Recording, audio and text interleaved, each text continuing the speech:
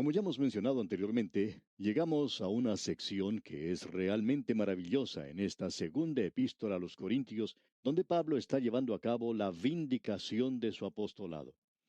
Lo maravilloso es que este hombre ahora, como se dice, abre su corazón y será muy personal en la forma de expresarse en este capítulo 11, como ya hemos indicado.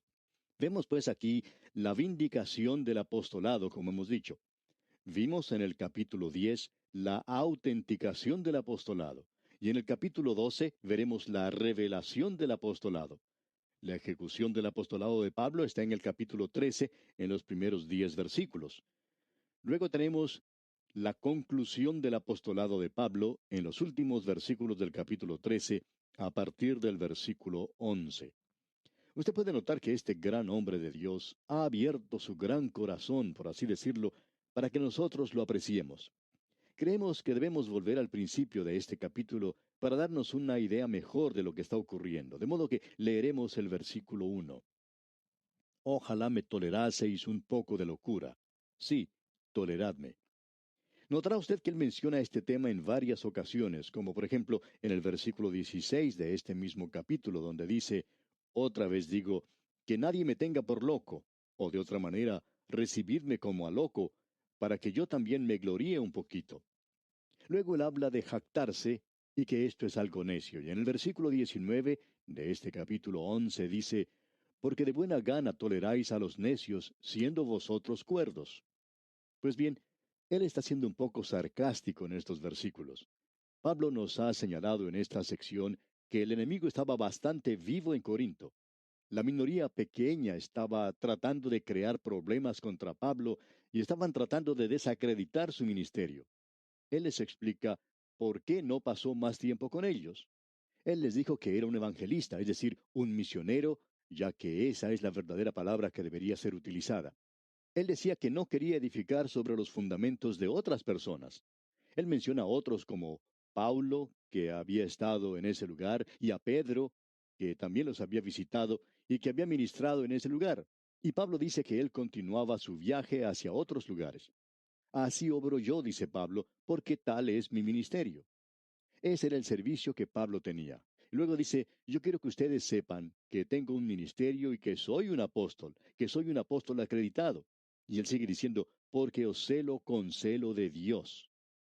Ahora, ¿por qué estaba este hombre dispuesto quizá a pasar como loco ante ellos? Bueno, él dijo que prefería hablar acerca de Cristo antes que defenderse a sí mismo. Pero ahora es necesario defenderme de este grupo pequeño, dice, y por tanto estoy hablando como si fuera con locura. Ahora, ¿qué es lo que quiere decir entonces hablar con locura? ¿Cuál es el significado de esta palabra en el idioma griego? Pensamos que es estupidez o ignorancia o egoísmo. Todas esas palabras tienen sentido en esto. Quiere decir algo insensato, que no tiene ningún propósito. Es decir, no sirve al gran propósito de propagar el Evangelio. Y aún Pablo se siente llamado a hacerlo. Y él dice, ojalá me toleraseis un poco de locura. Y él defiende su apostolado. Como dijimos en nuestro programa anterior, este es el método de Satanás y esto lo veremos seguidamente. Cuando Satanás en el principio persiguió a la iglesia, se dio cuenta que no le estaba haciendo ningún daño. En realidad la iglesia nunca creció tanto como lo hizo en esos primeros 100 años. Se dispersó a través del Imperio Romano y ya para el año 315 después de Cristo había llegado a todos los rincones del imperio. Y fue durante el tiempo de la persecución. Pues bien, el diablo no dañó a la iglesia. ¿Qué fue lo que sucedió? Él decidió unirse, decidió entrar a la misma iglesia, y allí fue cuando comenzó a hacerle daño. Él comenzó a hacer su ataque contra la palabra de Dios, y eso no le dio ningún resultado. Entonces él hizo lo que siempre hace, atacó a los hombres que creen y enseñan la palabra de Dios. En otras palabras, en este caso él no había sido capaz de desacreditar el Evangelio, de modo que ahora trata de desacreditar al mismo apóstol Pablo. Por eso es que él dice que prefiere predicar a Cristo que hacer esto. Pero lo está haciendo porque él tiene celo de ellos, los ama y tiene temor que la serpiente que engañó a Eva, y no creemos que la serpiente haya sido una criatura que se arrastraba, sino que era un ángel de luz, como usted bien sabe, y Pablo tiene temor que la serpiente que engañó a Eva por medio de sus sutilezas, dice, vuestros sentidos sean de alguna manera extraviados de la sincera fidelidad a Cristo. Y nuevamente deseamos destacar que el Evangelio es algo sencillo. Oímos tantas veces mencionar y hablar sobre el método intelectual, y creemos que es necesario darnos cuenta que ese método en el día de hoy está tratando de hacer de nuestros jóvenes predicadores intelectuales. Mencionamos anteriormente ya de cierto joven que había salido de un seminario y al predicar su primer sermón por unos 30 minutos, uno no se podía dar cuenta de lo que estaba diciendo, y estamos seguros que ni él sabía lo que decía. Él estaba muy por encima de sí mismo. El Evangelio en nuestros días tiene que presentarse con un sentido común santificado. Eso es lo que se necesita desesperadamente. Ahora Pablo dice en este versículo 4 del capítulo 11 de la segunda epístola a los Corintios, porque si viene alguno predicando a otro Jesús que el que os hemos predicado, o si recibís otro espíritu que el que habéis recibido, u otro evangelio que el que habéis aceptado, bien lo toleráis. Hace ya varios años, Hollywood produjo una película titulada Jesucristo Superestrella, y muchos corrieron a los teatros para ver esa película. Los críticos del cine publicaron reseñas favorables a esa producción, animando al público para que fuera a ver la película, que no era otra cosa que una blasfemia contra el Señor Jesucristo. Amigo oyente, el Señor Jesucristo no es un superestrella. Él es la estrella de la mañana. Lo peor de todo es que hubo algunas iglesias que se inclinaron a aceptar tales cosas. Pero eso, por supuesto, niega la deidad de Jesucristo y presenta a un Jesús que nunca existió, el Jesús del liberalismo de quien no hay ninguna información. Ellos, por ejemplo, niegan el nacimiento virginal del Señor Jesús. Sin embargo, la información veraz que nos da la palabra de Dios es que Él nació de una virgen. Ellos no creen que Él hizo milagros y por tanto tienen a un Jesús diferente, porque el que se menciona en los Evangelios hizo milagros y Él murió por los pecados del mundo. Ellos también niegan eso. También niegan que Él resucitó corporalmente. Sin embargo, usted puede ver que la información que nosotros tenemos en la Biblia es de aquel que era Dios y hombre. De modo que nos damos cuenta que ellos están tratando de presentar a otro Jesucristo. Ahora Pablo dice, porque si viene alguno predicando a otro Jesús que el que os he predicado, es decir, en los Evangelios, ustedes no lo deben aceptar.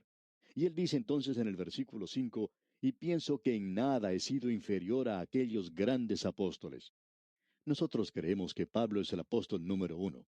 Él mismo ha dicho que era el más pequeño de todos los apóstoles y se ha colocado al último lugar de la lista.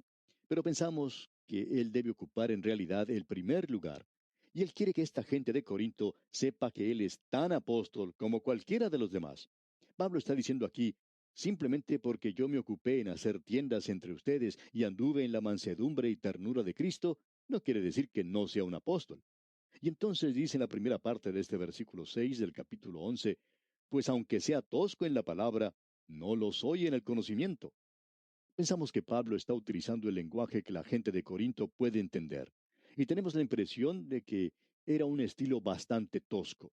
La gente estaba acusando a Pablo de usar esa clase de lenguaje, pero Pablo era uno de los hombres más brillantes que haya andado por este mundo, y creemos que tenía una inteligencia superior a la de muchas personas. Y luego él dice en la segunda parte de este versículo 6, en todo y por todo os lo hemos demostrado. Él les está diciendo que ellos ya lo conocían bien y sabían que él sí tenía conocimiento y sabía qué era lo que hablaba. Y continúa en el versículo 7, ¿pequé yo humillándome a mí mismo para que vosotros fueseis enaltecidos por cuanto os he predicado el Evangelio de Dios de balde? Como usted puede apreciar, amigo oyente, Pablo no le permitía a los corintios que le dieran a él absolutamente nada. Él hizo eso y por tanto tuvo que trabajar para poder vivir. Y este hombre trabajó mucho haciendo tiendas, y quizá porque tuviera las manos callosas, eso no quería decir que él no fuera un apóstol destacado.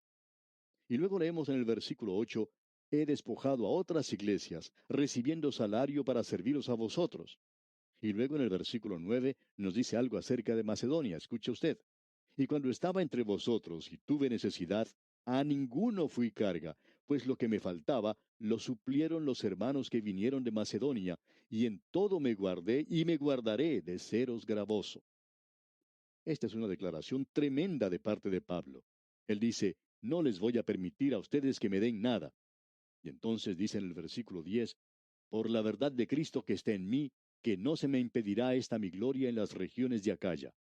Pablo dice, quizá yo me estoy jactando, pero lo estoy haciendo porque es la verdad y soy celoso de ustedes y tengo temor de lo que les pueda pasar.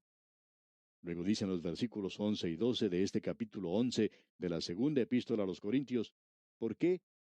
¿Porque no os amo? Dios lo sabe. Mas lo que hago, lo haré aún, para quitar la ocasión de aquellos que la desean, a fin de que en aquello en que se glorían sean hallados semejantes a nosotros. La gente estaba comenzando a decir, bueno, Apolos habla con tal delicadeza cuando nos visita, y él nunca se puso a hacer tiendas cuando estuvo con nosotros. Pablo lo hizo. Y el versículo 13 dice, porque estos son falsos apóstoles, obreros fraudulentos que se disfrazan como apóstoles de Cristo. Ahora, evidentemente había apóstoles falsos, que eran obreros engañadores, que estaban intentando hacerse a sí mismos apóstoles de Cristo, lo que en realidad no eran. ¿Quiénes eran estas personas? Bueno, leamos el versículo 14. Y no es maravilla porque el mismo Satanás se disfraza como ángel de luz. No tenemos tiempo suficiente para desarrollar este tema aquí, pero como se presenta en otros lugares, tendremos ocasión de hablar acerca de esto varias veces. Esta idea que Satanás se presenta como un animal con cuernos o vestido todo de rojo con un tridente en la mano es algo completamente equivocado. Eso viene de la mitología griega, posiblemente del dios Pan. A este se lo representa con un busto de hombre y cuerpo de un macho cabrío, y se le adoraba como Dionisos. Y por supuesto esto no tiene ningún punto de vista bíblico. Satanás es un ángel de luz y él se hace a sí mismo visible ante usted como el ángel más hermoso que usted haya visto. De allí Pablo saca esta conclusión en el versículo 15 y dice, así que no es extraño si también sus ministros se disfrazan como ministros de justicia, cuyo fin será conforme a sus obras. Esto es algo realmente escalofriante. Y uno se pregunta, ¿tiene Satanás ministros? Y la respuesta es sí. Eso es lo que Pablo está diciendo. Y sus ministros son muy atractivos también. El autor de estos estudios bíblicos, el doctor J. Vernon McGee, contaba que cuando él era joven, un adolescente, no sabía muchas cosas, no había sido criado en una familia cristiana, y fue a escuchar la disertación de cierto hombre que hablaba de una secta. Este hombre leía las preguntas que la gente de la audiencia le había presentado, y decía el doctor Magui que él pensaba que la siguiente pregunta que dicho hombre mencionaba no se la había hecho nadie, pero él quería destacar algo y dijo, alguien pregunta, he notado que usted tiene una aureola de luz sobre su cabeza. ¿Puede explicar eso? Y el doctor Magui dijo que aunque se fijó con cuidado, nunca pudo ver ninguna aureola de luz que rodeara a dicho hombre. Pero usted puede darse cuenta, amigo oyente, lo que este hombre estaba haciendo. Él se estaba haciendo a sí mismo un ministro de luz. Y todos los ministros de Satanás se glorifican a sí mismos. Y usted puede darse cuenta cuando un hombre está predicando en la sencillez de la palabra de Dios, o si él está predicando algún otro Cristo, o predicando otro evangelio diferente. Veamos ahora lo que Pablo está diciendo en los versículos 16 y 17 de este capítulo 11 de su segunda epístola a los Corintios. Otra vez digo, que nadie me tenga por loco, o de otra manera, recibidme como a loco, para que yo también me gloríe un poquito. Lo que hablo, no lo hablo según el Señor, sino como en locura, con esta confianza de gloriarme. Esto es insensatez. Pablo pide que se le permita hacer eso. Y luego él continúa presentando una gran apología. Leamos los versículos 18 y 19.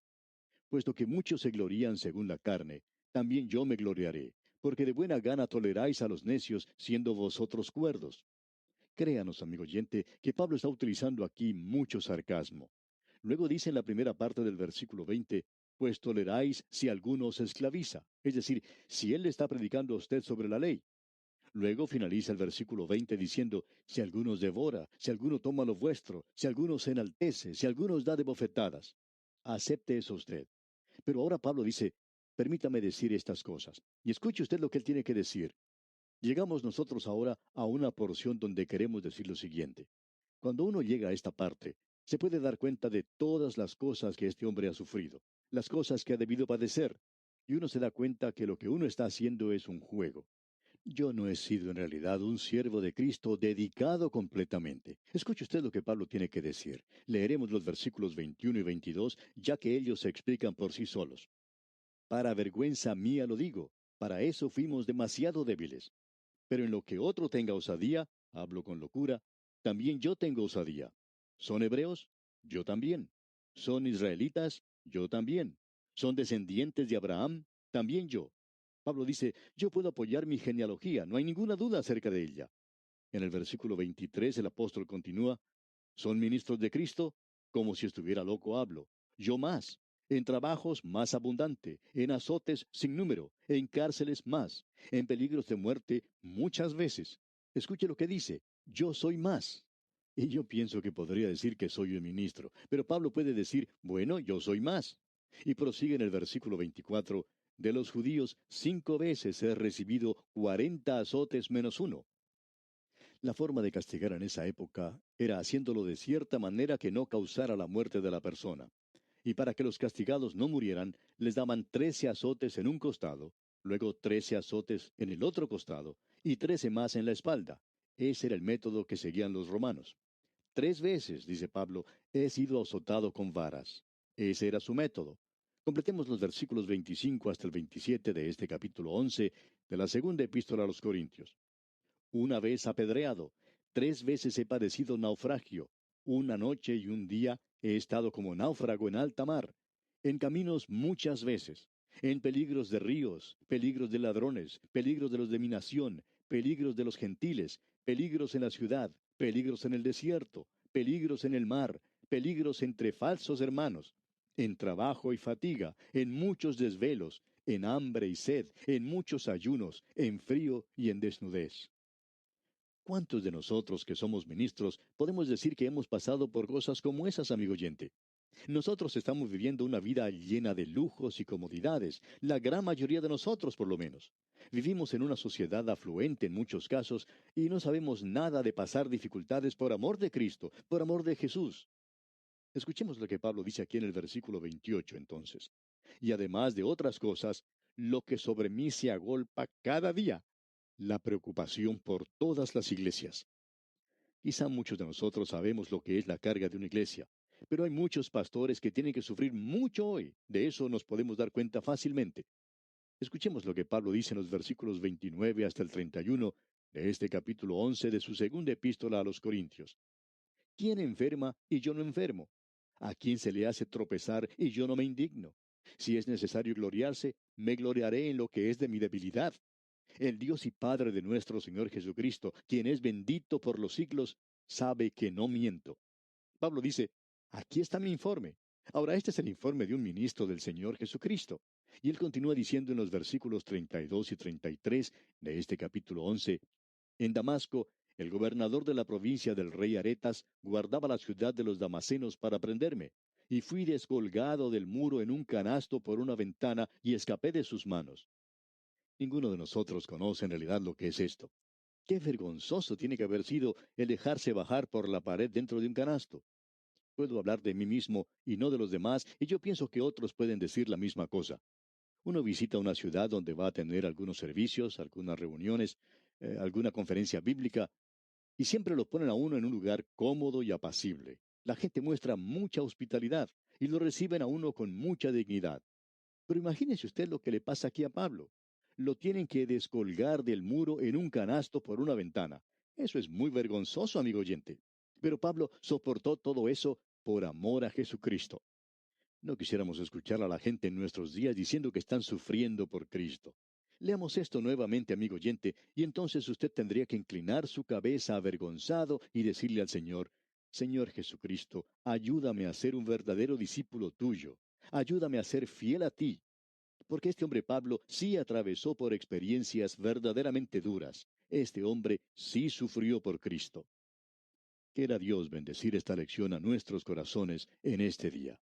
Y aquí vamos a detenernos por hoy, amigo oyente, porque nuestro tiempo ha tocado ya a su fin. Continuaremos nuestro estudio de esta segunda epístola del apóstol Pablo a los Corintios, Dios mediante, en nuestro próximo programa, cuando entremos a estudiar el capítulo 12, un capítulo destacado en esta segunda epístola a los Corintios. Le recomendamos que usted lea todo este capítulo y se familiarice con lo que Pablo está tratando, de manera que esté preparado para nuestro próximo estudio. Y le invitamos también a que nos acompañe. Será pues hasta nuestro próximo programa. Que Dios le bendiga abundantemente.